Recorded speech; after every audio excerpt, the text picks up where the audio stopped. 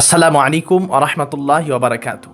প্রিয় দর্শক, আজকে আমরা পবিত্র কোরআনুল কারীম থেকে, কোরআনুল মাজিদ থেকে আজকে সূরাতুল ফাতিহা শিখব, অর্থাৎ আলহামদুলিল্লাহি রাব্বিল আলামিন এই সূরাটি শিখব। বিসমিল্লাহির রহমানির রহিম।